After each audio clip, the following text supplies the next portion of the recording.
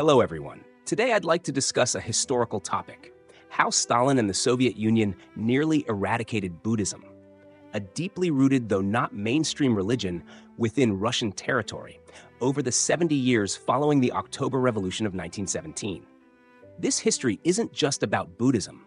It also involves the Soviet attitude toward all religions, including key events like Kolchak's Great Retreat in 1919, and even the dramatic shift in religious policy during World War II. Let's unpack this story step by step. The October Revolution of 1917 saw the Bolshevik Party overthrow Imperial Russia and establish humanity's first proletarian state. From the very beginning, this regime was strongly atheistic, following Marxist-Leninist ideology and viewing religion as a tool to oppress the people. Shortly after Lenin came to power, he issued the Decree on the Separation of Church and State, which confiscated religious property, stripped religious organizations of their legal status, and banned religious education. At this time, religion was no small matter in Russia, especially Orthodox Christianity, which was followed by 80% of the population during the imperial period and wielded enormous influence. As for Buddhism, although it was mainly concentrated in minority regions like Buryatia, Kalmykia, and Tuva, and wasn't particularly large in scale, it couldn't escape the new regime's scrutiny. In the Bolsheviks' eyes, both Buddhism and Orthodox Christianity were remnants of old Russia that needed to be eliminated. Speaking of which, we need to mention an incident from late 1919. During the heat of the Civil War, Kolchak, the leader of the Russian Provisional Government, realized he couldn't hold his position and retreated with his forces from Siberia toward the Pacific coast, hoping to make a comeback with Japanese support. Initially, this force numbered only about 200,000 people. But as various groups from the old regime who feared Soviet retribution joined in, it swelled to 1.25 million. However, that winter, Russia experienced its coldest weather in a century, and combined with the Soviet army's pursuit, the retreat turned into a complete tragedy. Only about 1/5 survived. What's particularly noteworthy is that of these 1.25 million people, 270,000 were Orthodox bishops, monks, nuns, and other clergy. What does this tell us? It shows how deeply religion influenced old Russia, mobilizing such a large number even during a retreat. For the Soviet regime, this served as a warning bell. Religious forces weren't just a spiritual threat, but potentially a political one as well. The first few years after the new regime was established were tough. The Civil War turned everything upside down. Foreign powers were closing in from all sides, and the economy was in complete shambles.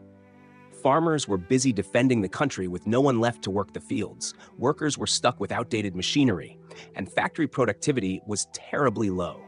The whole society was poor and hungry. To make matters worse, the war communism policy was in effect, forcing grain requisitions that caused widespread public resentment. By spring 1921, the sailors at Kronstadt couldn't take it anymore and staged an uprising, forcing the government to change course and replace grain requisitioning with a grain tax. During this time, religious forces became a primary target.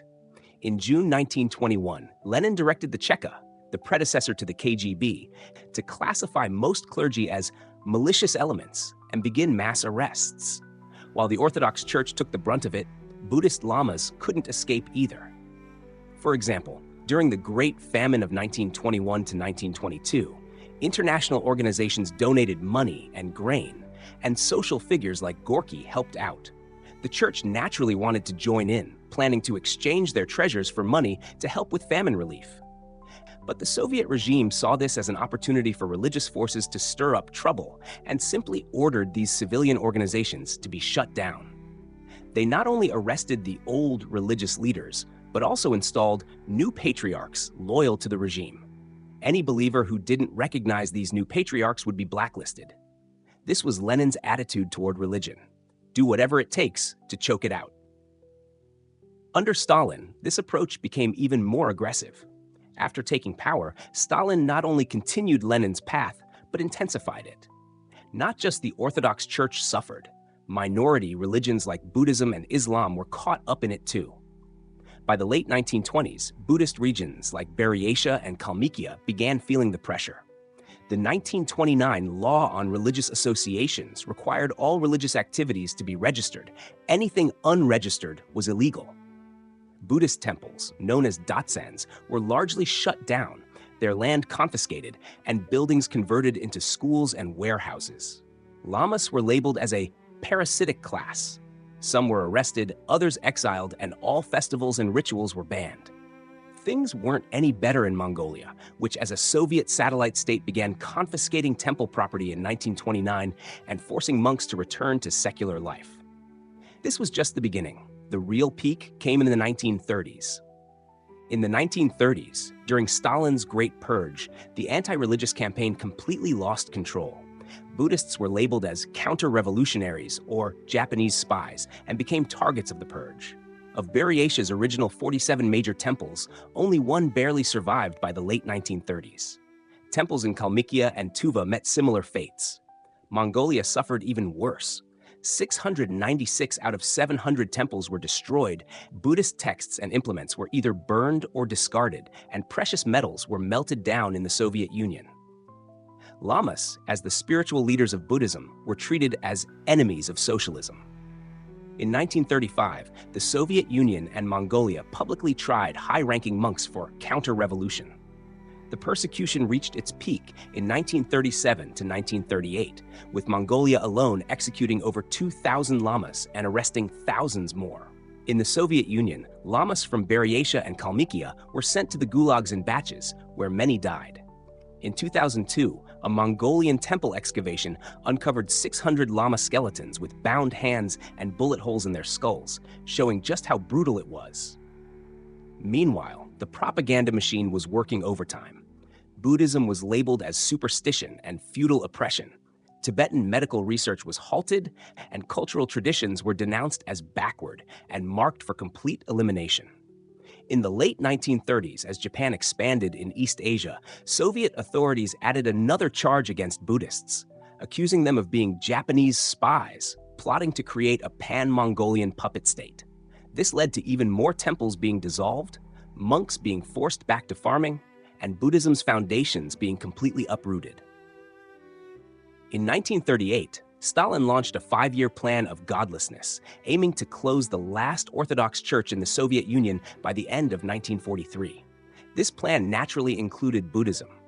By this time, only 2 Buddhist temples remained active in the entire Soviet Union, operating under close government surveillance. Lamas were either drafted into the army or forced to return to secular life. Temple funds were confiscated and new temples were prohibited. In Mongolia, only 1 Lama temple remained, with the number of resident monks dropping from 15,000 to 200, and 17,000 plus lamas disappeared, either dead or sent to Siberia. This was Stalin's masterpiece regarding Buddhism. However, history can be quite dramatic. In June 1941, Germany invaded the Soviet Union, and the Soviet army was getting hammered. As people panicked, a rumor spread. A bishop had locked himself in a stone chamber to pray, and the Virgin Mary appeared in flames, saying the country could only be saved if clergy were released and churches reopened. While this rumor sounds mystical, it spread like wildfire.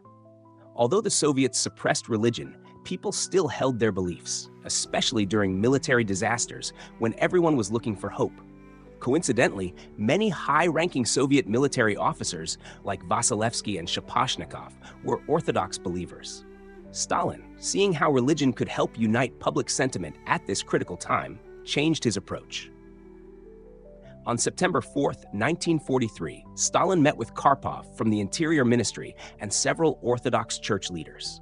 Karpov suggested creating a state agency to manage religious affairs and normalize government-church relations. That very night, Stalin reached an agreement with Orthodox leaders. Anti-religious propaganda would stop. Patriarchs could preach, and religious publications could circulate among believers. The church reciprocated by helping boost morale during the Great Patriotic War. This strategy actually worked. The Soviet army later held Leningrad, Stalingrad, and Moscow, eventually turning defeat into victory. Unfortunately, this policy relaxation didn't extend to Buddhism. Buddhist temples and monks had already been largely destroyed, and there was no chance for recovery after the war.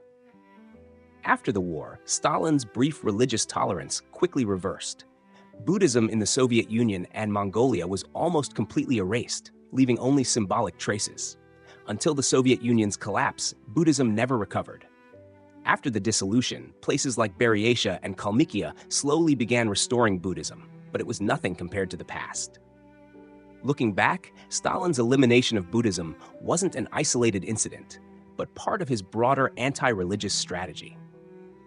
From the religious forces exposed during Kolchak's 1919 retreat to the Great Purge of the 1930s and the brief adjustment during World War II, Buddhism in the Soviet Union endured 70 years of catastrophe. Temples went from hundreds to just a few, monks from tens of thousands to hundreds, and cultural heritage was either burned or lost, all eliminated through violence, law, and propaganda. This history is not only a tragedy for Buddhism, but also reflects how Soviet ideology reached its extreme. While the Orthodox Church later reconciled with the regime, some even joked about calling Stalin Comrade Saint Stalin. Buddhism was left with only silent ruins. That's all for today. The story of Stalin and the Soviet Union's treatment of Buddhism serves as both history and lesson. Let's discuss something else next time. Thank you, everyone.